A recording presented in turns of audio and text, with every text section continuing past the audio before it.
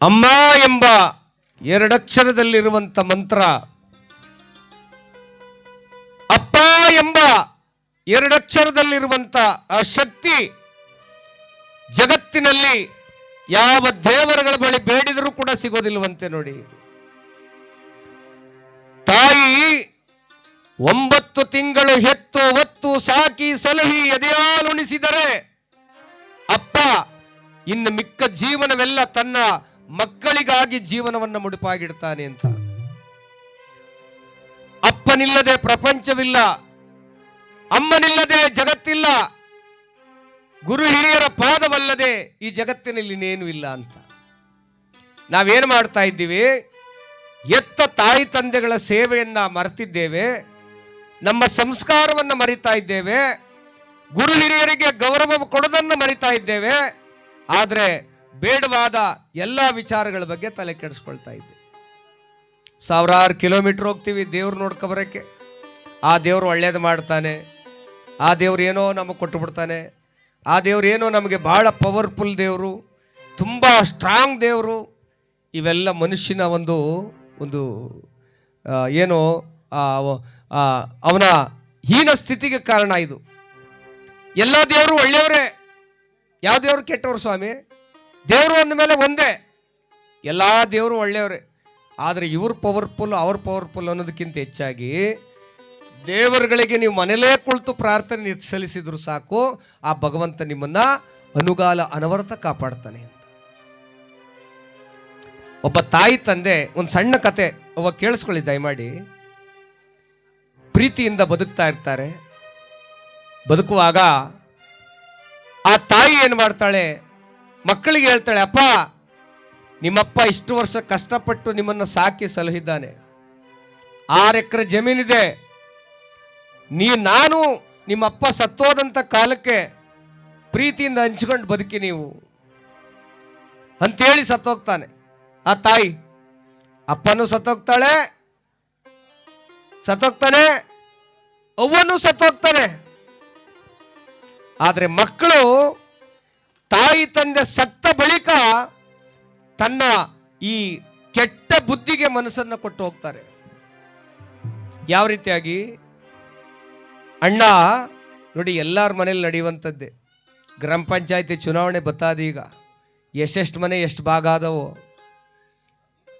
ಅವ್ರು ಯಾರೋ ಸುಮ್ಮನೆ ನೆಮ್ಮದಿಯಾಗಿ ಜೀವನ ಮಾಡ್ತಾರೆ, ಇಲ್ಲಿ ನಮ್ಮ ಮನೆಗಳ ಭಾಗ ಆಗೋಯ್ತವೆ ಅಲ್ವಾ ಸ್ವಾಮಿ? ಒಂದು ಮನೇಲಿ 3 ಪಕ್ಷಕ್ಕೆ ಜನ ನಿಂತ್ಕೋತಾರೆ, 3 ಪಕ್ಷದವರು ಗುದ್ದಾಟ ಮಾಡೋದು. ಅಟ್ಟಿಲಿ ನೆಮ್ಮದಿಯಾಗಿ ಇಟ್ಟುಣುವಂಗಿಲ್ಲ, ನೆಮ್ಮದಿಯಾಗಿ ಅವರು ಗೆಲ್ಲುವಂಗಿಲ್ಲ. ಇದು ತಪ್ಪು. ಇದು ಮನೇಲಿ ಯಾರಾದರೂ ಒಬ್ಬರು ಹಿರಿಯಣ್ಣ ಹೇಳಿದ ಮಾತನ್ನು ಕಿರಿಯವರು ಪಾಲಿಸಬೇಕು. ಅಥವಾ ಕಿರಿಯವನು ಬುದ್ಧಿವಂತನಾಗಿದ್ದರೆ ಆ ಕಿರಿಯವರು ಹೇಳಿದ ಮಾತನ್ನು ಹಿರಿಯವರೆಲ್ಲ ಪಾಲಿಸಬೇಕು. ಒಂದು ಸಣ್ಣ ಕತೆ ನಿಮಗೆ. ಯಾಕೆ ಅಂದರೆ ಗ್ರಾಮ ಪಂಚಾಯತ್ ಚುನಾವಣೆ ಬರೋದ್ರಿಂದ ದಯಮಾಡಿ ಚುನಾವಣೆ ಪಾಡಿಗೆ ನಡಿಬೇಕೆ ವಿನಃ ಅದನ್ನು ವೈಯಕ್ತಿಕವಾಗಿ ತಗೊಳಕ್ಕೆ ಹೋಗಬೇಡಿ. ಯಾರು ನಾಳೆ ಹತ್ರಕ್ಕೆ ನಿಮ್ಗೆ ಹೆಲಿಕಾಪ್ಟರ್ ತಂದು ಕೊಡಲ್ಲ. ಏನು ಮೇಡಮ್ ಅವರೇ ಅಲ್ವಾ? ನನ್ನ ಸಾಲ ನಾನೇ ತೀರಿಸ್ಬೇಕು, ನಾನು ಬೆಳಗ್ಗೆ ಎದ್ದು ನನ್ನ ಅನ್ನವನ್ನು ನಾನೇ ರೆಡಿ ಮಾಡ್ಕೊಳ್ಬೇಕು. ಆದರೆ ಯಾರೂ ನಮ್ಮ ಕಷ್ಟಕ್ಕೆ ಬರೋದಿಲ್ಲ. ಆದರೆ ಜಗಳ ಮಾಡೋದನ್ನು ನಿಲ್ಲಿಸಿ. ನೋಡಿ, ಇತ್ತೀಚೆಗೆ ಇವತ್ತಿನ ಸ್ಥಿತಿ ನೋಡ್ತಾ ಇದ್ದೀರಲ್ಲ, ಆ ಬಿಗ್ ಬಾಸ್ ಅನ್ನುವಂಥ ಒಂದು ರಿಯಾಲಿಟಿ ಶೋನಲ್ಲಿ ಆ ಓಟ್ ಹಾಕೋಕ್ಕೆ ಇಷ್ಟೊಂದು ತಲೆ ಕೆಡಿಸ್ಕೊಂಡವರಲ್ಲ, ಇದೇ ತಲೆ ಕೆಡಿಸ್ಕೊಳ್ಳೋದು ಒಂದು ಎಲೆಕ್ಷನ್ಗೆ ತಲೆ ಕೆಡಿಸ್ಕೊಂಡಿದ್ರೆ ಒಂದು ಒಳ್ಳೆ ಯಾರಾದರೂ ಅಭ್ಯರ್ಥಿ ಗೆಲ್ತಿದ್ರಲ್ವ ನಮ್ಮ ಅಭಿವೃದ್ಧಿ ಕೆಲಸಗಳ ಬಗ್ಗೆ. ಯಾವುದೋ ಒಂದು ರಿಯಾಲಿಟಿ ಶೋಗೆ ಜಗಳ ಆಡ್ಕೊಂಡು ನಿಂತವ್ರೆ, ಅವನು ಗೆಲ್ಲಬೇಕು ಇವನು ಗೆಲ್ಲಬೇಕು ಅಂತ. ಆದರೆ ಅದೇ ವಿಚಾರದ ನಮ್ಮ ಗ್ರಾಮದ ಬಗ್ಗೆ ತಲೆ ಕೆಡಿಸ್ಕೊಳ್ತಾ ಇಲ್ವಲ್ಲ ಜನ, ನಮ್ಮ ಊರವ್ರ ಬಗ್ಗೆ ತಲೆ ಕೆಡಿಸ್ಕೊಳ್ತಾ ಇಲ್ವಲ್ಲ, ಒಂದು ದೇವಸ್ಥಾನ ಒಂದು ಶಾಲೆ ಬಗ್ಗೆ ತಲೆ ಕೆಡಿಸ್ಕೊಳ್ತಾ ಇಲ್ವಲ್ಲ. ಇದು ನೋವಿನ ಸಂಗತಿ. ಆ ಶೋನಿಂದ ಸಮಾಜಕ್ಕೆ ಏನು ಸಂದೇಶ ಸಿಗ್ತಾ ಇದೆ? ಏನಿದೆ ಸಂದೇಶ? ಜಗಳ ಆಡೋದು, ಕಿಚ್ಚಾಡೋದು, ಅವ್ರ ಮೇಲೆ ಇವ್ರು ಹೇಳೋದು, ಇವ್ರ ಮನೆ ಬಿಸಿ ಅವ್ರು ಹೇಳೋದು. ಇದೆಲ್ಲ ಮಕ್ಕಳಿಗೆ ಏನಾಗುತ್ತೆ ಅಂದರೆ, ಮಕ್ಕಳು ವ್ಯಾಘ್ರರಾಗ್ತಾ ಇದ್ದಾರೆ, ಕೆಟ್ಟ ಚಟಕ್ಕೆ ಹೋಗ್ತಾ ಇದ್ದಾರೆ. ಅದನ್ನು ನೋಡಿ ನೋಡಿ ನೋಡಿ ನೋಡಿ ನೋಡಿ ಮಕ್ಕಳು ಕೂಡ ಬೇರೆ ಬೇರೆ ಥರದ ಸ್ವಭಾವಕ್ಕೆ ಹೋಗ್ತಾ ಇದ್ದಾರೆ. ಒಬ್ಬ ಮನೆಯಲ್ಲಿ 2 ಅಣ್ಣ ತಮ್ಮಂದಿರಿದ್ರು, ತಾಯಿ ತಂದೆ ತೀರೋಗಿದ್ರು, 6 ಎಕರೆ ಜಮೀನು. ಅಣ್ಣ ನೇಗಿಲಿಡ್ಕ ಉಳುಮೆ ಮಾಡ್ತಿದ್ದ. ಕೇಳಿಸ್ಕೊಳ್ಳಿ ದಯಮಾಡಿ, ಆ ನೇಗಿಲುಗುಳಕ್ಕೆ ಚಿನ್ನದ ಬಿಂದಿಗೆ ಸಿಕ್ಬಿಡ್ತಂತೆ ನೋಡಿ. ಅವತ್ತು ಮೊನ್ನೆ ಸಿಕ್ತಲ್ಲ, ಎಲ್ಲಿ ಉತ್ತರ ಕರ್ನಾಟಕದ ಒಂದು ಭಾಗದಲ್ಲಿ ಒಂದು ನಿಧಿ ಸಿಕ್ತಲ್ಲ, ಚಿನ್ನದ ನಿಧಿ, ಹಂಗೆ ಇಲ್ಲಿ ಸಿಕ್ಬಿಡ್ತು. ಏನು 10-20 ಕೋಟಿ ಆಗುವಂಥ ಚಿನ್ನ. ಪಟೇಲ್ರೆ ತಮ್ಮ ಅಂದ, ಅಣ್ಣ ನನಗೂ ಅರ್ಧ ಭಾಗ ಇದರಲ್ಲಿ ಅಂದ. ಅಣ್ಣ ಅಂದ, ಆಯ್ತು ಕೊಡ್ತೀನಿ ಕಣಪ್ಪ ಅಂದ. ನೋಡಿ ಮನಸ್ಸು ಹೆಂಗೆ ಚಂಚಲವಾಗ್ತದೆ ಅನ್ನೋದಕ್ಕೆ ದಯವಿಟ್ಟು ಕೇಳಿಸ್ಕೊಳ್ಳಿ. ಮನಸ್ಸು ಹೆಂಗೆ ಚಂಚಲವಾಗ್ತದೆ ಅನ್ನೋದಕ್ಕೆ ಚಿನ್ನದ ಬಿಂದಿಗೆಯನ್ನ ಎತ್ಕೊಂಡು ನೋಡ್ತಿದ್ದಾಗ ಪಕ್ಕದಲ್ಲಿ ಒಬ್ಬ ಗದ್ದೆ ಉಳ್ತಿದ್ದ ಓಡ್ ಬಂದು ಹೇಳ್ದ ಹಿರಿಯನಿಗೆ, ಯಾರಿಗೆ ಸಿಗುತ್ತಲ್ಲ ಇದು? ನಾನು ಕಾರಣ, ನಾನು ಉಳುವಾಗ ನನ್ನ ಗುಳಕ್ಕೆ ಸಿಕ್ಕಿರೋದಿದು. ಒಂದು ಕೆಲಸ ಮಾಡು, ನಿನ್ನ ತಮ್ಮನಿಗೆ ಯಾಕೆ ಕೊಟ್ಟಿಯೇ? ಅವನಿಗೆ ಪಾಲೇನು ಕೊಡುವಂಗಿಲ್ಲ, ನೀನು ಮಡಿಕಲ್ಲ ಅಂದ. ಯಾಕೆ ಅಂದರೆ ಇವರಿಬ್ಬರು ಒಗ್ಗಟ್ಟನ್ನು ಮುರಿದಾಕ್ಬೇಕು ಅನ್ನುವಂಥ ಹಠ ಅವನಲ್ಲಿತ್ತು. ಅಣ್ಣನ ಮಾತು ತಮ್ಮನ ಮಾತು ಹಿಡಿಲಿಲ್ಲ. ಅಣ್ಣ ಏನು ಮಾಡ್ದ, ಆಯಿತು ಮಗ, ತಮ್ಮ ತಗೋ ಈ ಬಿಂದಿಗೆಯನ್ನು ತಗೊಂಡೋಗಿ ಅಲ್ಲಿ ನೋಡಲಿ ಒಂದು ಅರಳಿ ಮರ ಇದೆಯಲ್ಲ, ಅಲ್ಲಿ ಇಟ್ಬಿಡು, ಹೋಗಿ ಊಟ ತರೋಗು. ಸಂಜೆ ಮೇಲೆ ಯಜಮಾನ್ರುಗಳು ಅವರಲ್ಲ, ತೀರ್ಮಾನ ಮಾಡ್ಕೊಂಡು ಭಾಗ ಮಾಡ್ಕೊಳ್ಳೋಣ. ತಮ್ಮ ಆ ಬಿಂದಿಗೆನ ಅಲ್ಲಿಟ್ಟು ಊಟ ತರೋದಕ್ಕೆ ಹೋದ. ಅಣ್ಣ ಏನು ಮಾಡ್ದ, ಯೋಚನೆ ಮಾಡ್ದ, ಓಹೋ ಇಷ್ಟು ಆಸ್ತಿಯನ್ನು ಅವನಿಗೆ ಭಾಗ ಕೊಟ್ಟರೆ ನನಗೇನು ಉಳ್ಕೊಂಡದು? ನಾನು ಸುಖವಾಗಿ ಬದುಕಬೇಕು, ಸಂತೋಷವಾಗಿರಬೇಕು. ಅವನು ಕೊಡೋಕ್ಕಾಗಲ್ಲ. ಅಣ್ಣ ಹೇಳಿದ್ದೆ ಮಾತು ಒಳ್ಳೇದು. ಯಾರೋ ಪಕ್ಕದ ಗದ್ದೆಯನ್ನು ಬಂದು ಹೇಳಿದ್ನಲ್ಲ, ಅವನು ಹೇಳಿದ್ದೆ ಒಳ್ಳೇದು. ಇವನೇನಾದರೂ ಮಾಡಿ ಸಾಯಿಸ್ಬಿಡುವ ಅಂತ ಕೆಟ್ಟ ಆಲೋಚನೆ ಮಾಡ್ತಾನೆ ಅಣ್ಣ. ಇದು ಬಂದೇ ಬರುತ್ತೆ. ದುಡ್ಡು ಅಂತ ಬಂದಾಗ, ಹೆಣ್ಣು ಹೊನ್ನು ಮಣ್ಣು ಅಂತ ಬಂದಾಗ ಸಾವು ಏಸೋದಿಲ್ಲ ಈ ನರಮಾನವ ಜನ್ಮ. ಒಂದು ದಿಂಡಿಗಲ್ಲಿ ಎತ್ಕೊಂಡು ಅರಳಿ ಮರದ ಮೇಲೆ ಕೂತ್ಕೊಳ್ತಾನೆ ಅಣ್ಣ ಸೊಪ್ಪಿನ ಮರೆಯಲ್ಲಿ. ತಮ್ಮ ಊಟ ತಗೊಬಂದು ಟಿಫಿನ್ ಕ್ಯಾರಿಯರ್ ಸೈಡ್ಗೆ ಇಟ್ಬಿಟ್ಟು ಆ ಚಿನ್ನದ ಬಿಂದಿಗೆ ನೋಡ್ತಾ ಇರ್ತಾನೆ. ನೋಡ್ತಾ ಇರುವಾಗ ತಮ್ಮ ಏನು ಮಾಡ್ತಾನೆ, ಒಂದೇಟಿಗೆ ಆ ದಿಂಡುಗಲ್ಲನ್ನು ತಮ್ಮನ ತಲೆ ಮೇಲೆ ದಢಾರ್ನೆ ತಾಕ್ಬಿಡ್ತಾನೆ. ಒಂದೇಟಿಗೆ ತಮ್ಮ ಸತ್ತೋದ. ತಮ್ಮನನ್ನು ಎಳೆದು ಒಂದು ಉಪ್ಪಿನೀರಲೆ ಗದ್ದೆ ಒಳಗೆ ಮಲಗಿಸಿ ಒಂದು ಸೊಪ್ಪು ಮೇಲೆ ಮುಚ್ಚಿಬಿಟ್ಟು ಯಾರಿಗೂ ಗೊತ್ತಾಗಬಾರ್ದು ಅಂಥೇಳಿ ಏನು ಮಾಡ್ತಾನೆ, ಆ ಪಕ್ಕದ ಗದ್ದೆ ಅವನು ಚಾಡಿ ಹೇಳಿದ್ನಲ್ಲ, ಅವನು ಕರೀತಾನೆ, ಬಾಯಿಲಿಗೆ ಊಟ ಮಾಡೋಣ, ನನ್ನ ತಮ್ಮ ಊಟ ತಂದವನೇ, ನಿಮ್ಮ ಮನೆಯವರು ಸ್ವಲ್ಪ ಲೇಟ್ ಆಗದೆ ಊಟ ತರೋಕ್ಕೆ ಅಂತ. ಆ ಚಾಡಿ ಹೇಳದವನು ಆ ತಮ್ಮನ ಸಾಯಿಸಿದಂಥ ಅಣ್ಣ ಇಬ್ಬರೂ ಕೂತ್ಕೊಂಡು ಊಟ ಮಾಡ್ತಾ ಇರ್ತಾರೆ. ಊಟ ಮಾಡ್ತಾ ಮಾಡ್ತಾ ಮಾಡ್ತಾ ಮಾಡ್ತಾ ಮಾಡ್ತಾ ಇಬ್ಬರೂ ಸತ್ತೋಗ್ಬಿಡ್ತಾರೆ. ನೋಡಿ ಇಲ್ಲಿ ದುರಂತ. ಕಾರಣ ಏನು ಅಂದರೆ, ತಮ್ಮ ಬರುವಾಗಲೇ ನಮ್ಮ ಅಣ್ಣನ ಸಾಯಿಸುವ ಅಂತ ಊಟಕ್ಕೆ ಪಿಸಾಕಂಡು ತಂದಿದ್ದಂತೆ. ನೋಡಿ ದುರಂತ ಎಷ್ಟೊಂದು ಇದಾಗಿದೆ. ಈಗ ಯೋಚನೆ ಮಾಡ್ರವ್ವ, ಅಣ್ಣನೂ ಸತ್ತೋದ, ತಮ್ಮನೂ ಸತ್ತೋದ, ಈ ಚಾಡಿ ಹೇಳದ ಅಯೋಗ್ಯ ನನ್ನ ಮಗ ಅವನೂ ಸತ್ತೋದ. ನೋಡಿ ದುರಂತ ಎಂತದೆ. ಕರ್ಮ ಯಾರನ್ನು ಬಿಡದು. ಚಾಡಿ ಹೇಳ್ಕೊಟ್ನಲ್ಲಿ ಬಂದು ನೋಡಿ, ಅವನಿಗೆ ಆ ಋಣ ಇತ್ತು ಅಲ್ಲ, ಅನ್ನ ತಿನ್ನೋ ಋಣ, ಸಾಯಿ ಋಣ ಇತ್ತು. ಬಂದ ಅವನು ತಿಂದ, ಅವನು ಸತ್ತ.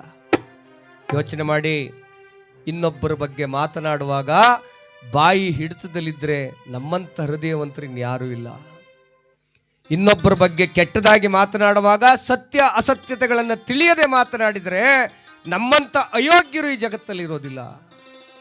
ಸತ್ಯ ಅಸತ್ಯತೆಗಳನ್ನು ತಿಳಿದು ಮಾತನಾಡುವವನೇ ನಿಜವಾದ ಮನುಷ್ಯ, ನಿಜವಾದ ಮನುಷ್ಯ. ಅದಕ್ಕಾಗಿ ಭಗವಾನ್ ಬುದ್ಧರು ಹೇಳಿದ್ದು, ಸತ್ಯವನ್ನ ನೀನು ಗೊತ್ತಿಲ್ಲದೆ ಒಪ್ಕೋಬೇಡ, ಸತ್ಯವನ್ನ ಗೊತ್ತಿಲ್ಲದೆ ಒಪ್ಕೋಬೇಡ. ನೋಡಿ, ಇತ್ತೀಚೆಗೆ ಒಂದು ನಂಬಿಕೆನೋ ಮೂಢನಂಬಿಕೆನೋ ನಿಮ್ಮ ಕೈ ಜೋಡಿಸಿ ಪ್ರಾರ್ಥನೆ ಮಾಡ್ತೇನೆ, ಅದನ್ನು ತಪ್ಪಿಸ್ಬೇಕು ಅಂತ ನನ್ನ ಉದ್ದೇಶ. ಎಷ್ಟೋ ದೇವಸ್ಥಾನಗಳಲ್ಲಿ ದಂಧೆ ಶುರು ಮಾಡ್ಕೊಂಬಿಟ್ಟವ್ರೀಗ, ಜನಗಳ ವಿಚಾರದಲ್ಲಿ ದಂಧೆ ಶುರುವಾಗ್ಬಿಟ್ಟದೆ. ಆ ಕಪ್ಪ ಎಲೆ ಮೇಲೆ ಸಾವ್ರ್ಬಿಟ್ಟು ಮಕ್ಕಳ ಕೈಲಿ ನೋಡಿಸಿದ್ರೆ ಆ ಮಗು ಚಿನ್ನ ಇಲ್ಲಿ ಅದೇ, ಒಡವೆ ಇಲ್ಲಿ ಅದೇ, ಸಾಯಿಸ್ತವ್ರು ಇಲ್ಲಿ ಅವ್ರಿ ಅಂತ ಹೇಳುತ್ತಂತೆ ಒಂದು ಮಗುವಲ್ಲಿ. ಎಲ್ಲ ಒಂದು ದೇವಸ್ಥಾನದಲ್ಲಿ ಹೇಳ್ತಾರೆ. ಇದು ಎಷ್ಟು ದೊಡ್ಡ ದುರಂತ ಅಂದರೆ, ಆ ಮಕ್ಕಳು ಬೈಕ್ ಆದ್ರೂ ಮೂವಂತವ್ ಇಲ್ಲಿ ಕಾಣ್ತಾ ಇದ್ದದ, ಪೂಜಾರಿ ಹೇಳ್ತಾನೆ ಇಲ್ಲಿ ಹೋಯ್ತಾ ಇದ್ದಾರೆ ನೋಡು, ಇಲ್ಲಿ ಹೋಯ್ತಾ ಇದ್ದಾರೆ ನೋಡು, ಕಪ್ಪಿನೊಳಗೇನು ಬದನೆಕಾಯಿ ಕಂಡದ. ಹಂಗಾಗೋದಾಗಿದ್ರೆ ಭಾರತದ ಗಡಿಯಲ್ಲಿ ಅಷ್ಟೊಂದು ಜನ ಚೀನಾದವರು, ಬಾಂಗ್ಲಾದೇಶದವ್ರು ನುಸುಳ್ಕ ಬಂದವರಲ್ಲಿ ಎಷ್ಟು ಜನ ನುಸುಳ್ಕ ಬಂದವ್ರು ಅಂತ ಹೇಳಿ ಇವರು ಕೊಲೆಗಾರರನ್ನು CBI CD ಪತ್ತೆ ಮಾಡೋದ್ರ ಬದಲಾಗಿ ಈ ಕಪ್ಪಲ್ಲಿ ನೋಡ್ಬಿಟ್ಟು ಹೇಳಿ ಇವರು. ಇದಾಗಬಾರ್ದು. ಇದರಿಂದನೇ ನಮ್ಮ ಮನೆ ಹಾಳಾಗ್ತಾ ಇರೋದು. ಅವನು ಮನೆಯವ್ರಿಗೆ ಚಾಡಿ ಹೇಳಿ ಮಡಗ್ಬಿಡ್ತಾನೆ. ಕಪ್ಪ ನೋಡ್ಬಿಟ್ಟು ಹೇಳ್ತಾನೆ, ನಿಮ್ಮ ಮಟ್ಟಿಯವರು ಯಾರೋ ಮಾಡೋರ್ಕನ ಹೋಗುವಂತಾನೆ ತಗೋ ಶುರುವಾಯ್ತಾನೆ ನನ್ನ ಅಣ್ಣ, ಬಾರ್ಗಿ ತಿರುಗಿ ಜಗಳ. ಅದಾಗಬಾರ್ದು. ಅದಕ್ಕೆ ಹೇಳ್ತಾರೆ, ಯಾಕೋ ಬಡದಾಡ್ತಿ ತಮ್ಮ ಮಾಯಾ ಮೆಚ್ಚಿ, ಈ ಸಂಸಾರ ನೆಚ್ಚಿ, ಈ ಹಣ ಆಸ್ತಿ ಅಂತಸ್ತು ಒಡವೆ ಯಾವುದು ನಿನ್ನದಲ್ಲ, ನಿನಗೆ ನೆಮ್ಮದಿಯನ್ನು ಕೊಡೋದಿಲ್ಲ, ನೆಮ್ಮದಿಯನ್ನು ಕೊಡೋದಿಲ್ಲ. ಅದಕ್ಕೆ ಆ ಮಹಾನುಭಾವರು ಹೇಳ್ತಾರೆ,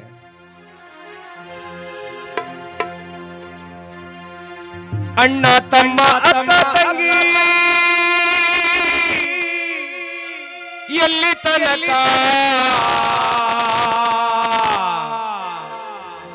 ಬದುಕಿ ಬೆಳೆಯೋ ತನಕ ಭಾಗ ಆಗೋ ತನಕ ಸತ್ತಾಗ ಬರುವಾರಣ್ಣ ಗುಂಡಿ ತನಕ ಮಣ್ಣು ಮುಚ್ಚೋ ತನಕ ಕಣ್ಣ ಮುಚ್ಚೋ ತನಕ.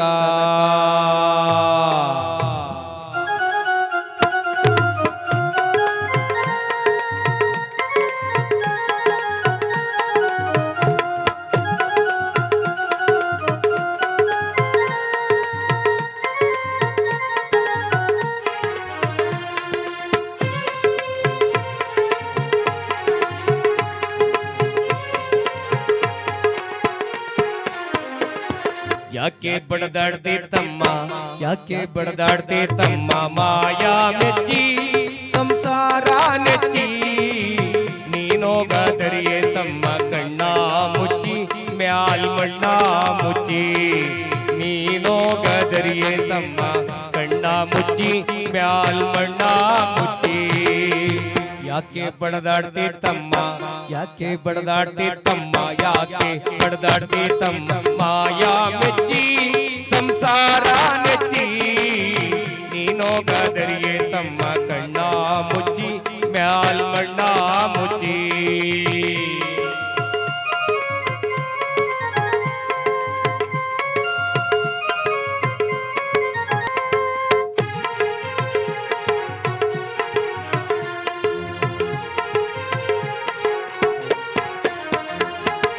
ಅಣ್ಣ ಅಕ್ಕ ತಂಗಿ ಎಲ್ಲಿ ತನಕ, ಅಣ್ಣ ತಮ್ಮ ಅಕ್ಕ ತಂಗಿ ಎಲ್ಲಿ ತನಕ ಬದುಕಿ ಬೆಳೆಯೋ ತನಕ ಭಾಗ ಆಗೋ ತನಕ ಸತ್ತಾಗ ಬರುವಾರಣ್ಣ, ಸತ್ತಾಗ ಬರುವಾರಣ್ಣ ಗುಂಡಿ ತನಕ, ಸತ್ತಾಗ ಬರುವಾರಣ್ಣ ಗುಂಡಿ ತನಕ ಕಣ್ಣ ಮುಚ್ಚೋ ತನಕ ಮಣ್ಣ ಮುಚ್ಚೋ ತನಕ. ಯಾಕೆ ಬಡದಾಡ್ತಿ ತಮ್ಮ, ಯಾಕೆ ಬಡದಾಡ್ತಿ ತಮ್ಮ ಮಾಯಾ ಮೆಚ್ಚಿ ಸಂಸಾರ ನೆಚ್ಚಿ, ನೀನೋಗದರಿಯೇ ತಮ್ಮ ಕಣ್ಣ ಮುಚ್ಚಿ ಮ್ಯಾಲ್ ಮಣ್ಣ ಮುಚ್ಚಿ.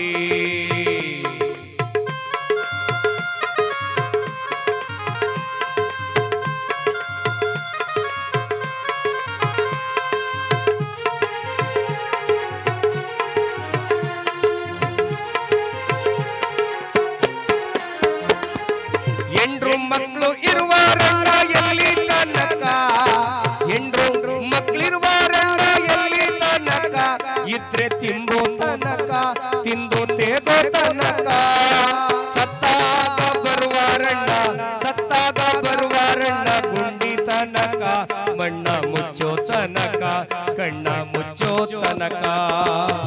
ಯಾಕೆ ಬಡದಾಡ್ತಿ ತಮ್ಮ, ಯಾಕೆ ಬಡದಾಡ್ತಿ ತಮ್ಮ ಮಾಯಾ ಮೆಚ್ಚಿ ಸಂಸಾರ ನೆಚ್ಚಿ, ನೀನೋಗದರಿಯೇ ತಮ್ಮ ಕಣ್ಣ ಮುಚ್ಚಿ ಮ್ಯಾಲ್ ಮಣ್ಣ ಮುಚ್ಚಿ.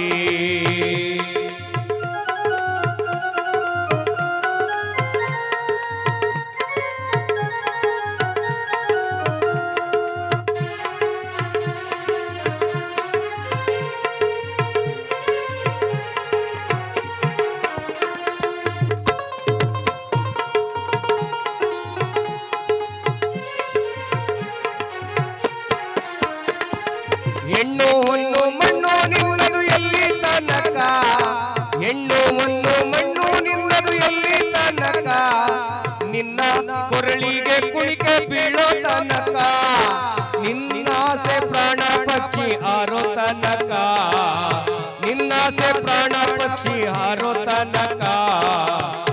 ಕಳಚಯ್ಯ ಮಾಯದ ಪೊರೆಯ ಮುಕ್ತಿ ಒಂದಕ ಕಳಚಯ್ಯ ಮಾಯದ ಪೊರೆಯ ಮುಕ್ತಿ ಒಂದಕ ಯಾಕೆ ಬಡದಾಡ್ತಿ ತಮ್ಮ ಯಾಕೆ ಬಡದಾಡ್ತಿ ತಮ್ಮ ಮಾಯಾ ಮೆಚ್ಚಿ ಸಂಸಾರ